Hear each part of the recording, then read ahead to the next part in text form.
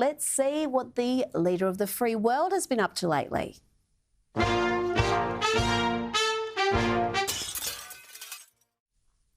And it seems Joe Biden has taken all the wrong lessons from the midterms, where the Democrats were saved from a thrashing by a big turnout by young voters, perhaps motivated by Biden's student debt forgiveness plan, which a judge has just deemed unlawful. So despite the fact that more than 70% of Americans think the country is currently on the wrong path, Joe Biden will not moderate one bit. Just ask him.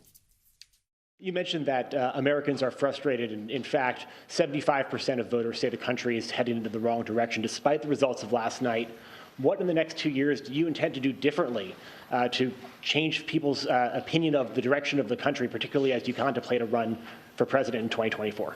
Nothing, because they're just finding out what we're doing. The more they know about what we're doing, the more support there is. Do you know anybody who wants us to get rid of the change we made on prescription drug prices and raise prices again?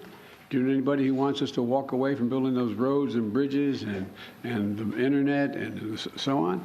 I don't know. I think that the problem is the major piece of legislation we passed, and some of it bipartisan, takes time to be recognized.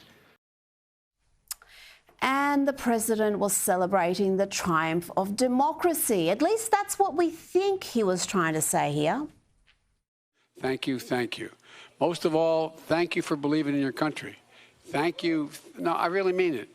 Thank you for fighting like the devil to make sure that we had a free and a fair election. And you know, all those election deniers, so far, best of my knowledge, none of them has not said when they lost, they said we lost. Let's go to the transcript and see what the president said there, because I am confused. Quote, and you know, all those election deniers so far, best of my knowledge, none of them has not said that when they lost, said we lost. Yes, that's the man Democrat voters have put their faith in. There's been a great deal of post-election analysis on this station and elsewhere, but the sharpest commentary I've seen has been this succinct summation from Adrian Vermeule. He's professor of constitutional law at Harvard University.